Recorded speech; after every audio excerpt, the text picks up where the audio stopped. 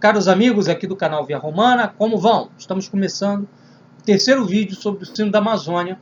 Hoje nós falaremos especificamente dos erros da Laudato Si, encíclica escrita por Francisco, que é a base, o fundamento deste sínodo amazônico.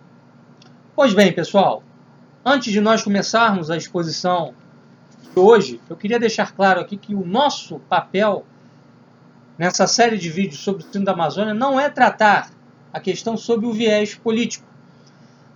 A nova direita, os canais da nova direita, as figuras da nova direita têm tratado a questão do sínodo sob um viés majoritariamente político. O sínodo não é bom porque ele é esquerdista, porque ele é ambientalista, porque ele é globalista, porque ele é isto, porque ele é aquilo. Figuras como Bernardo Kister, Alan dos Santos, Dom Bertrand, entre outros, têm feito críticas ao sínodo a partir do viés político, onde dizem que o sínodo não é bom porque ele traz uma ameaça à soberania do Brasil sobre a Amazônia, já que ele coloca questões ambientais em pauta. Outros dirão que o sínodo ele tem um tom comunista. Outros dirão que ele favorece um governo mundial, etc, etc, etc. Pois bem, aqui o nosso objetivo é tratar do sínodo especificamente sob o ângulo teológico, doutrinário. Até porque questões de ordem ambiental podem tanto ser usadas em prol de um capitalismo verde, onde grandes empresas que querem dominar o mercado estabelecem um lobby para a criação de leis ambientais que impeçam suas concorrentes que não seguem padrões verdes sejam derrotadas no processo, na dinâmica econômica capitalista, quanto também pode ser utilizado em prol do comunismo, sob o discurso de que o capitalismo trouxe uma destruição jamais vista do meio ambiente, então nós temos que mudar o sistema de produção e etc. Tal. Portanto, a questão ambiental ela pode ser usada tanto para um lado quanto para o outro. Ela não é de per si capitalista nem comunista, ela pode ser usada para favorecer um sistema ou outro sistema. Então nós não temos aqui o objetivo de tratar deste assunto, pelo menos não agora, e sim de tratar a coisa sob o viés doutrinário, que é muito mais importante para a hora. Até porque o sínodo tem consequências para a vida interna da igreja, e é isso que interessa em primeiro lugar. Pois bem, pessoal, eu quero começar esta exposição deixando claro aqui para vocês como é que eu vou dividi-la. Então, em primeiro lugar, eu vou falar aqui da figura de Jorge Mário Bergoglio, em face ao que nós falamos no vídeo 2, e que nós dissemos que o cerne do sínodo não é o ambientalismo, não é o comunismo, não é o esquerdismo, não é o globalismo, mas sim a noção de ecologia integral, que é, no fundo, uma nova religião. Nova religião é esta que se baseia nos postulados de Leonardo Boff. Alguns poderão dizer, ora, mas Leonardo Boff não está ligado à teologia marxista da libertação, então não seria necessário tratar do comunismo, do socialismo, no que tange ao sínodo. Quem quiser que o faça, eu farei aqui a coisa sob o ângulo do teológico, do doutrinal. Eu não tenho objetivo agora de fazer uma crítica do Leonardo Boff sob o ângulo político, social, etc. Isso pode ser feito depois. O importante é entender isso. A ecologia integral cerne desse sínodo. Então eu vou falar aqui primeiramente de Bergoglio, a conexão dele com essa ideia de religião ecológica. Como é que a gente articula isso? Vou depois falar do início da encíclica, as verdades que existem ali na Laudato Si e depois os erros. E passarei depois para o bojo da encíclica, onde vou tratar dos erros contra a fé, tá? Dos erros científicos e dos erros lógicos. São 3 tipos de erros que nós encontramos nesta encíclica. Alguns poderão perguntar, ora, professor Rafael, como é possível que uma encíclica saída da mão do Papa contenha erros? Nós respondemos isso no segundo vídeo, quando falamos, primeiro e segundo vídeo, quando falamos da questão do magistério. O que é necessário para que um texto, uma encíclica, seja realmente considerada magistério da igreja. Tá? Então, peço que você veja o primeiro e o segundo vídeo. Se você não viu, veja. Pois bem, pessoal, vamos lá. Essa ideia de ecologia integral, que traz uma nova religião, a religião da natureza, sob a liderança de Jorge Mário Bergoglio, chamado Papa Francisco, precisa ser compreendida a partir da seguinte lógica. A maçonaria, ela tem como fundamento, né, a ideia de mater natura, ou seja, a natureza como mãe, como fonte originária, exatamente o que diz Leonardo Boff nos seus livros sobre ecologia integral, que são a base inspiradora da Laudato Si. O símbolo G da maçonaria simboliza Géia, a deusa Géia, que na Grécia Antiga é a deusa da terra, a deusa, a mãe natureza, a mãe natura, a mater natura, perfeito? E nós devemos lembrar que quando Francisco foi eleito, em 2013, houve uma grande comoção por parte do Grande Oriente da Itália, ou seja, da maçonaria italiana, no sentido de felicitar aquela eleição como algo que ia de encontro aos interesses, aos objetivos da maçonaria. Tá? Então, quem quiser pode buscar esse texto, ele se encontra na internet até hoje. O Grande Oriente da Itália, inclusive, diz que a eleição de Bergoglio se deveu ao fato de terem cardeais dentro do conclave simpáticos ao Grande Oriente da Itália e que teriam feito um lobby para eleger Francisco, pois ele seria o candidato da maçonaria. Perfeito? Bom, isso em si já traz uma série de questionamentos, né?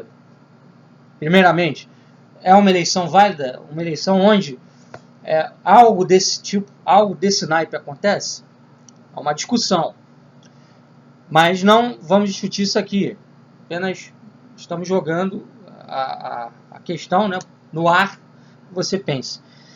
Bom, o Robert Graves, que é um especialista nessa ideia de deusa mãe, tal como essa divindade na cultura lá nos povos antigos, tá? E essa noção de deusa mãe ela reaparece através dessa noção de natura mater da maçonaria. Ele vai dizer o seguinte, que a deusa mãe ela faz parte de uma tradição comum a diversas religiões, a várias religiões. E nós temos que lembrar que Francisco é um ecumenista radical e que, portanto, a ideia de você fazer um sino da Amazônia que trata de meio ambiente, quer dizer, o meio ambiente é um tema ali dentro, mas o principal tema é a ecologia integral. Mas então, você fazer um sínodo sobre meio ambiente, sobre a Amazônia, você escrever uma encíclica sobre a questão ambiental, que é a Laudato Si, é uma estratégia para unir religiões em torno de um tema que se quer comum, que se quer um tema universal. Olha, é um problema de todos e nós temos que unir as religiões então em cima disso. A partir dessa união você cria, evidentemente, um credo universal, um credo mundial, que aí sim, né, vai favorecer a ideia de um poder global e etc. Então, a coisa, ela primeiro está sendo articulada no plano religioso.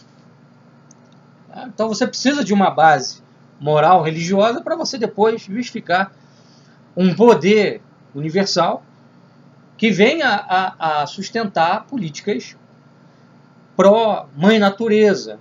Mas isso primeiro está sendo feito a nível de união das religiões. Então, é por isso que nós estamos dando aqui ênfase à questão teológica. Donoso Cortés, um autor reacionário católico, um cientista político reacionário católico espanhol, ele diz o seguinte, que toda política, todo sistema político tem uma teologia por trás. Tá? Então, não dá para falar de globalismo, como alguns patetas de direita falam, sem entrar nesse tema, sem entrar nesse assunto, sem fazer um estudo sério sobre a Laudato Si. E nenhum deles está fazendo, porque na verdade eles não querem discutir nada a fundo. Eles querem apenas fazer política e promover ideologia. E dizer que o problema, no fundo, é comunismo, quando é muito mais do que isso, muito mais amplo do que isso. Então, estes pontos têm de ficar muito claros. A Bergoglio faz parte de uma estratégia maçônica para implementar essa religião da natura mater, implementando, unir religiões, unir credos, em torno de um novo credo universal, que será esse credo da ecologia integral. Perfeito? Então vamos lá para a encíclica Laudato Si. Vamos começar aqui a falar dos erros e dos acertos da Laudato Si. Bom, primeiramente eu listei aqui algumas verdades que estão no meio de uma série de erros. E isso precisa ser explicado. A heresia, ela nunca vem sozinha, ela nunca vem somente recheada de erros, ela vem também entremeada de verdades. E essas verdades são aquilo que dá à heresia um ar de respeitabilidade. Então tem alguns pressupostos da Laudato Si que são realmente católicos, são pressupostos que têm de ser reconhecidos como verdades de moral e de fé, mas esses pressupostos eles não guiam a encíclica, tá? Na verdade, a encíclica ela vai depois para além desses pressupostos, ela avança muito para além desses pressupostos e vai até defender posições contrárias aos mesmos, né? Então, o primeiro ponto aqui, vamos lá. Verdades da Laudato Si. Primeiramente, natureza como bem criado, patrimônio geral. É uma verdade. A natureza é um bem criado por Deus, correto? E como bem criado, ela tem uma destinação universal, como diz São Tomás. Tudo que Deus cria é destinado universalmente. Agora, a administração desses bens criados, ela é particular. Por isso que a igreja ela é muito clara. Ela defende a propriedade privada dos bens, tá? Mas, ao mesmo tempo, ela postula que essa propriedade privada ela deve ser utilizada em prol do bem universal, do bem geral, do bem comum, tá? Por causa dessa destinação universal. Então, por exemplo, se eu tenho uma fazenda, eu devo produzir nessa fazenda. Eu devo arar a terra, cultivar a terra, semear, plantar, colher e fazer com que o alimento chegue às pessoas através de um preço módico. Não é isso? Então eu tenho um dever perante a propriedade que eu carrego como um bem privado. Então, assim, do ponto de vista católico, o ser humano é um administrador dos bens da criação. Então ele tem o direito de se apossar individualmente desses bens, desde que ele faça bom uso dessa apropriação, ou seja, desde que ele destine esse bem àquilo que é o bem comum.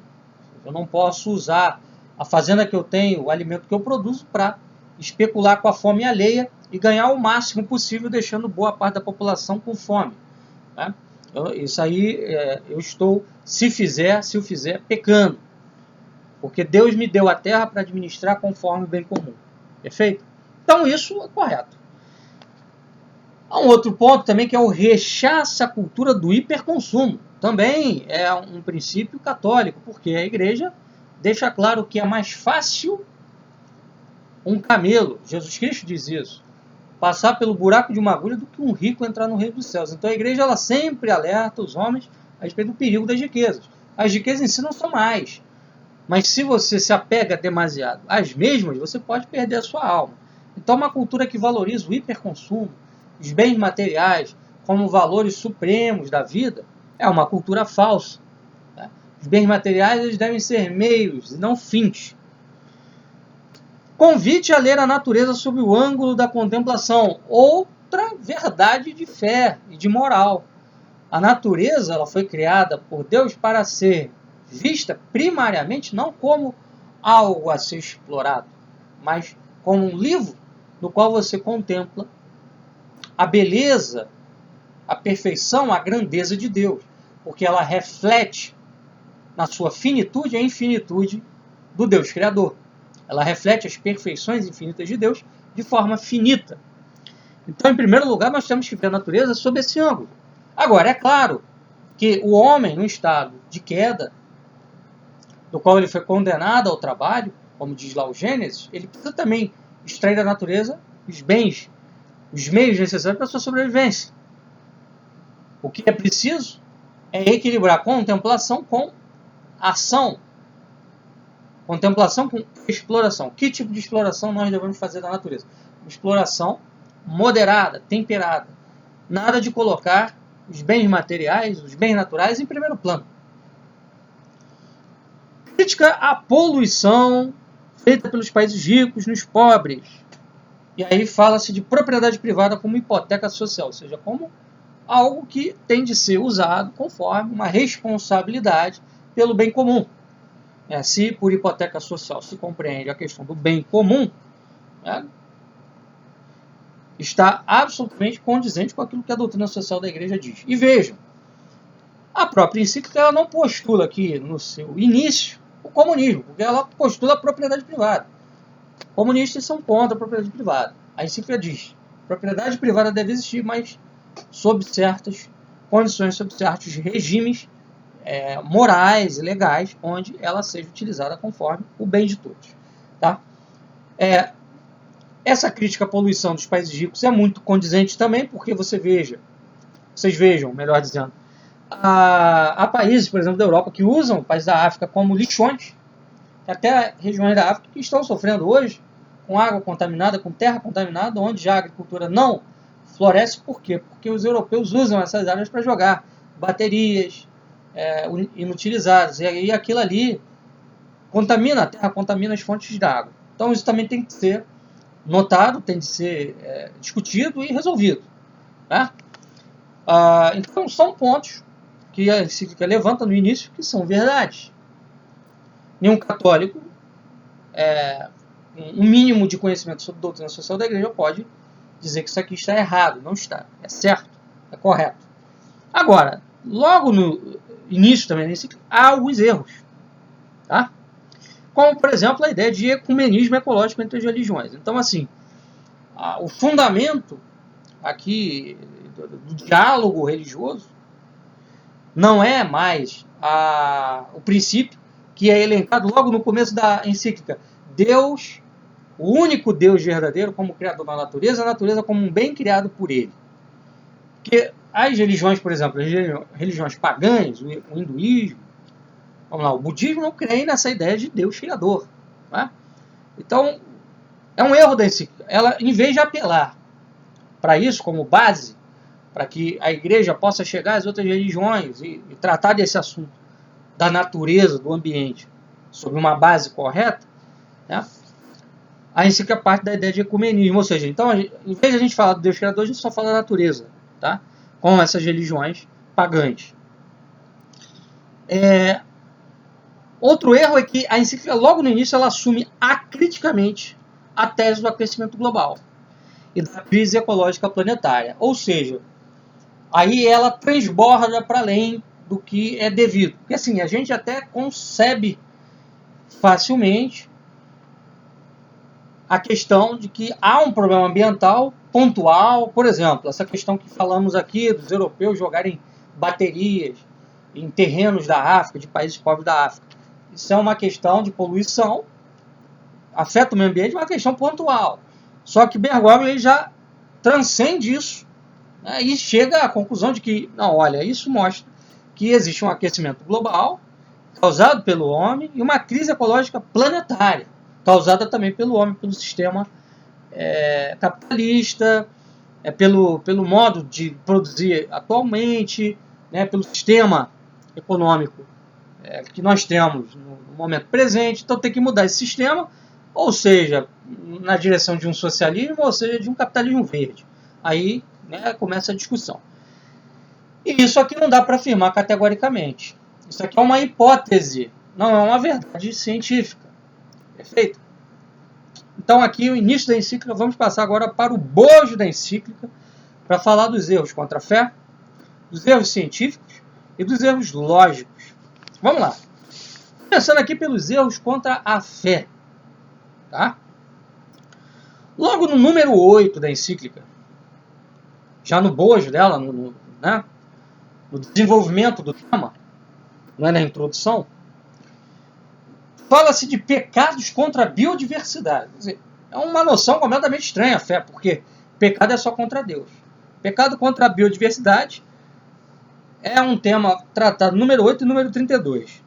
Fala-se de extinção das espécies como pecado. Quer dizer, se você tiver, sei lá, uma espécie ali num país que foi extinta, sabe-se lá por quê, ação humana, vamos dizer, né? Isso é considerado pecado perissível. Enfim, é uma noção completamente revolucionária. E pecado é só atos que ofendem a Deus. Alguns poderão dizer, mas matar uma espécie é ofender a Deus porque ele criou essa espécie e ela deve existir porque ele a fez. Tá? Só que, primeiro a gente tem que entender que quando Deus cria o universo, ele cria para o homem, não é para os animais. Os animais foram criados por causa do homem e o homem por causa de Deus. Então os animais servem ao homem. Isso quer dizer que o homem pode sair destruindo os animais? Não. A esmo? Não. Mas, exemplo, digamos que haja um surto, né, de nascimentos entre espécies de predadores que matam herbívoros. Você vai ter que matar esses predadores, porque se a população de herbívoros diminuir em demasia, você vai ter um desequilíbrio ecológico. Então, muitas das vezes, você precisa até extinguir espécies. Eu vi recentemente na Austrália, surgiu uma espécie de gato selvagem por lá, uma espécie que derivou de gatos domésticos que fugiram para o mato. Surgiram, me parece, mais de 2 milhões de indivíduos dessa nova espécie. Surgiu aí no meio ambiente australiano. E aí o que o governo teve que fazer? Matar em massa, né? Extinguir em massa aquela espécie ali porque ela estava ameaçando a flora e a fauna local. Tá? Aqui diz também, número 82, que as espécies animais não devem estar sujeitas ao homem. Quer dizer, isso vai contra aquilo que nós falamos. Deus cria o universo para o homem. Cria os animais em prol do homem, por causa do homem. E aí ele rompe com uma doutrina que, inclusive, está presente no Novo Catecismo. O Novo Catecismo, em que pese todos os seus problemas, diz que o único ser pelo qual Deus criou o universo, o único ser que Deus criou por si mesmo, pelo seu valor intrínseco, foi o homem. Aí a Laudato Si diz que todas as espécies têm um valor intrínseco, quer dizer, todas as espécies foram criadas por Deus por si mesmas, e não por causa do homem. Isso é falso, isso é heresia. Tá?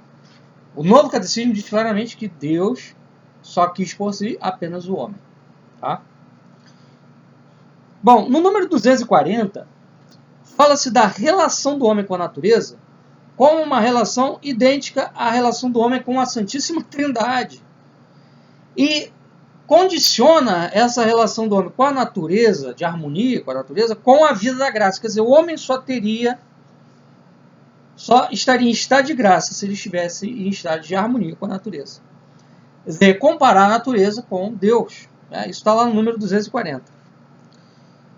Quer dizer, uma heresia que conecta a inter-relação entre nichos ambientais com a Santíssima Trindade. Quer dizer, Deus igual à natureza. Lá no número 9, número 235, fala-se do mundo como um sacramento. Outra noção completamente estapafúrdia do ponto de vista doutrinário. Na fé da igreja só há 7 sacramentos: batismo, eucaristia, crisma, confissão, ordem, matrimônio e extrema-unção. Ponto final. São esses sacramentos estabelecidos por Deus.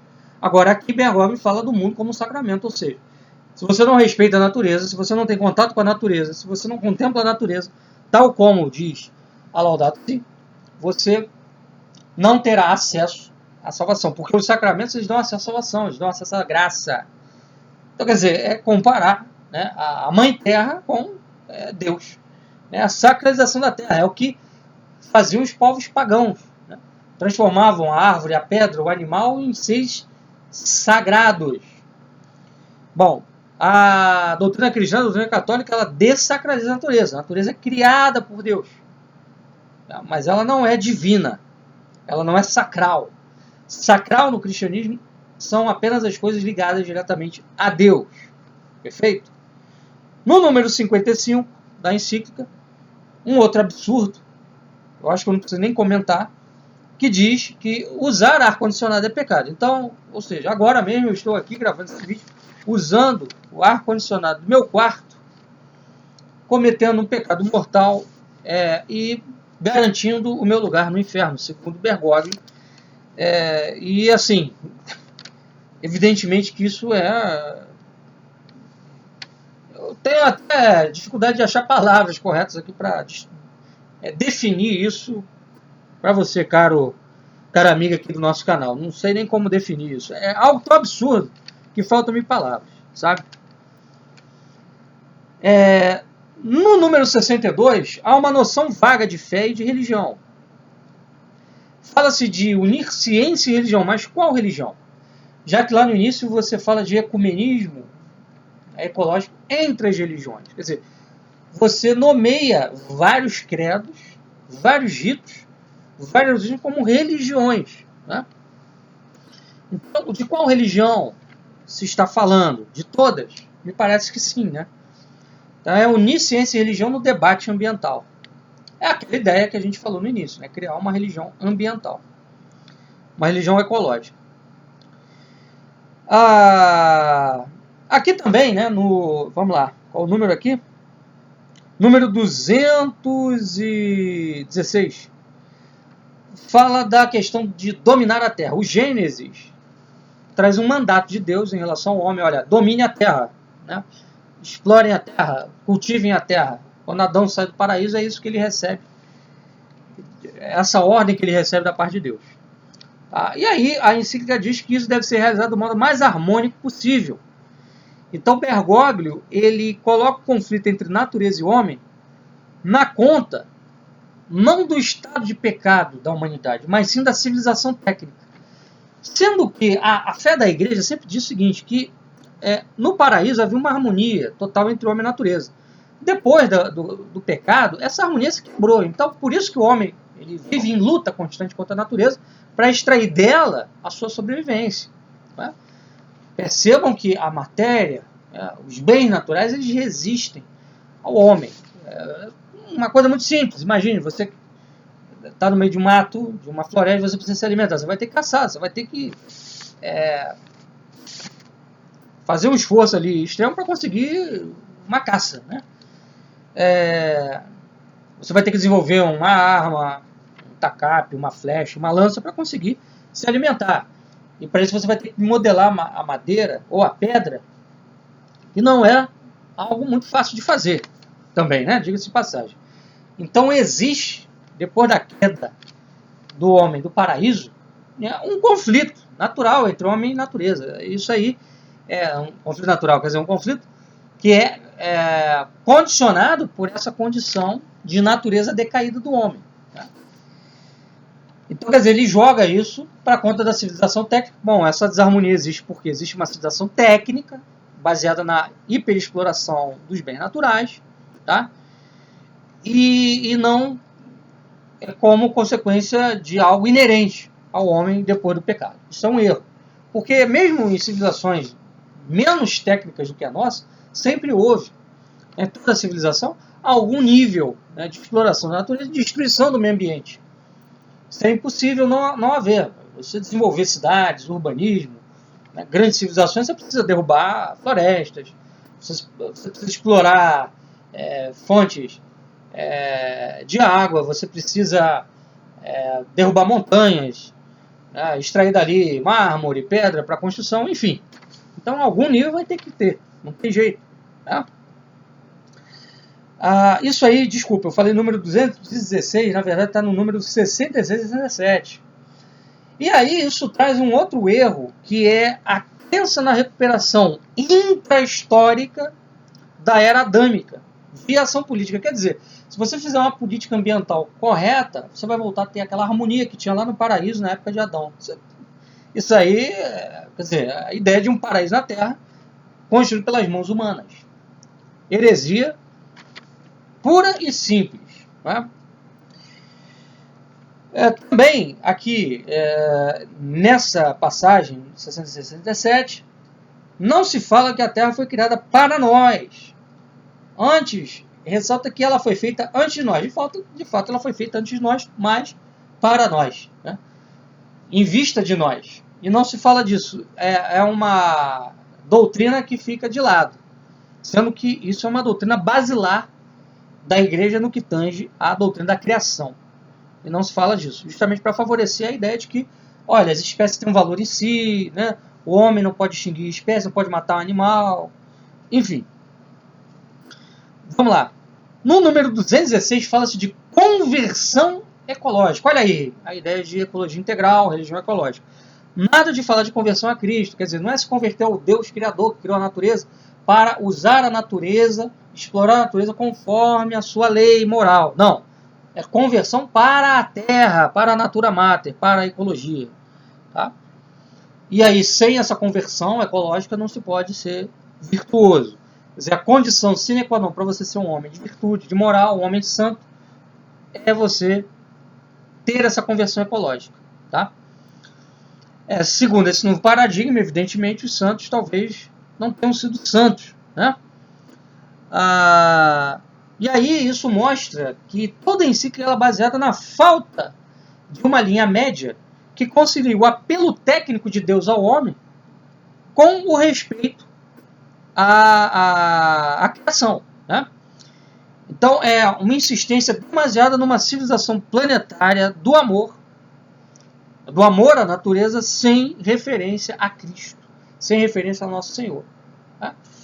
Enfim, esses aqui são os erros contrários à fé. Os erros científicos são os seguintes, eu reduzi aqui a 4, basicamente.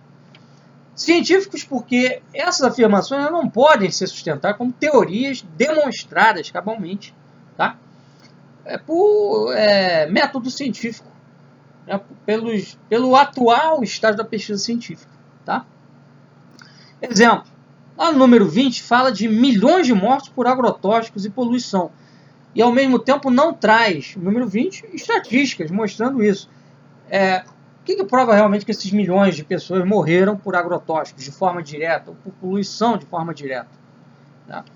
Quais são as bases de dados para afirmar isso? Milhões em quantos? 1 milhão, 2 milhões, 10 milhões, 20 milhões? Porque o número, né, aí mudaria, consequentemente, o juízo que a gente vai fazer sobre o assunto.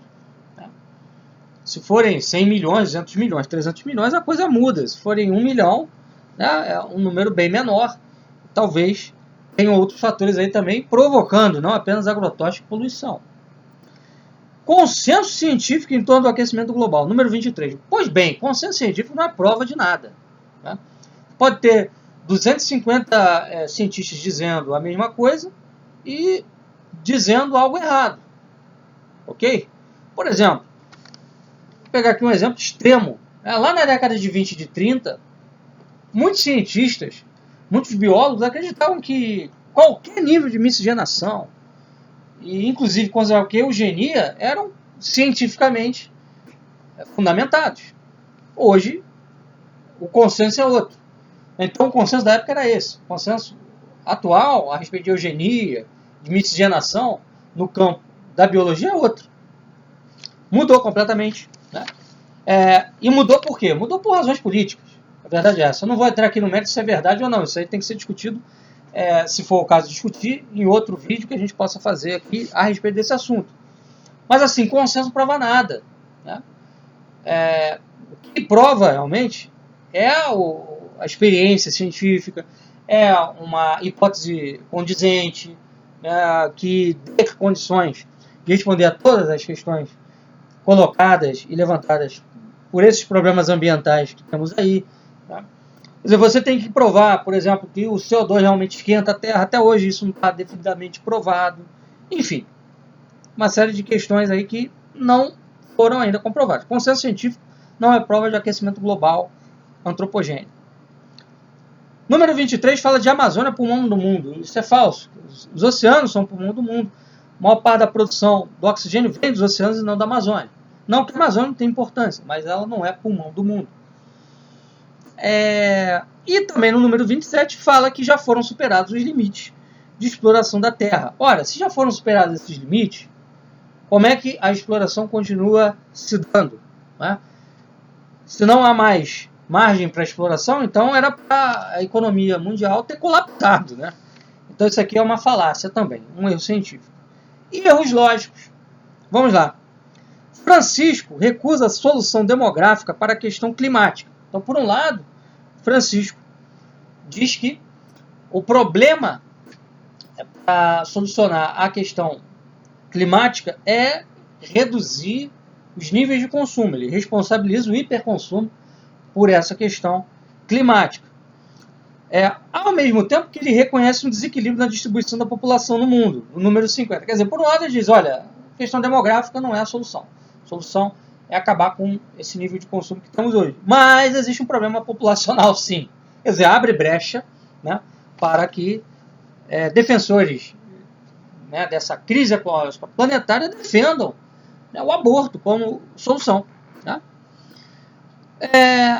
Critica um modelo tecnocrático de desenvolvimento, mas esquece que foi o implemento da tecnologia que vem reverdecendo o planeta. Por exemplo, o caso chinês. Né? A China hoje conseguiu já reverdecer boa parte do país com tecnologia. Tá? Isso aí está no número 106. Tá? E, por exemplo, essa tecnologia avançada que garante o reverdecimento, ela também promove o crescimento demográfico. Por quê? Ela consegue concentrar em menor espaço mais gente e consegue, com menos espaço, produzir mais alimento. Né? Com menos terra, produzir mais. Tá? Vamos lá. Há um mandato de Deus, né, que diz, crescer e multiplicai-vos. Isso também é de fé. Tá? E, assim, uma das questões aqui contraditórias da encíclica é que ela alerta, né, para essa questão do crescimento populacional desordenado e etc. Ao mesmo tempo diz que não é a solução frear esse crescimento. Há um problema de distribuição, mas quer dizer, tem aí a doutrina de fé, né, a verdade moral de que o homem deve ter o máximo de filhos possível. Como conciliar tudo isso? Quer dizer, é um bunda-lelê, desculpem o termo, mas é isso. Quer dizer, a encíclica ela é um bunda-lelê nesse aspecto aí, demográfico, climático. Né? Não há uma solução clara a respeito disso. E aí no número 61, Francisco fala o seguinte, né, que a igreja não pode colocar uma palavra definitiva sobre a questão climática. Quer dizer, escreve uma encíclica sobre questão climática, ecológica, e diz que a igreja não pode colocar uma palavra definitiva. Então, para que escreveu? Né? Para que tal encíclica? Então, você pode rasgar a encíclica, porque ele mesmo está dizendo que essa encíclica aqui não é a palavra definitiva, e de palavras definitivas é o que nós precisamos. Nós precisamos de hipóteses, nós precisamos saber exatamente o que fazer, o que está acontecendo. Tá? Então, são esses os erros do Laudato Si, e são esses os erros que estarão presentes no Sino da Amazônia. Aliás, reforçando o que nós falamos de religião integral, vocês viram aí que esses dias, lá a abertura do Sino do Ovo é a adoração a Pachamama, a deusa inca da terra, entronizada na Basílica de São Pedro, ou seja, a abominação da desolação no lugar santo. Isso vem confirmando o que nós temos dito. Isso mostra que a coisa vai muito para além de comunismo, de esquerdismo, de globalismo. É uma questão religiosa, né? Uma questão de criação de uma religião planetária, ecológica, que está em jogo. Nós voltaremos ao assunto, continuaremos a falar do Sino em vídeos ulteriores. E por hoje, pessoal, é só. Até a próxima. Um abraço, fiquem com Deus. Em nome do Pai, do Filho e do Espírito Santo. Amém.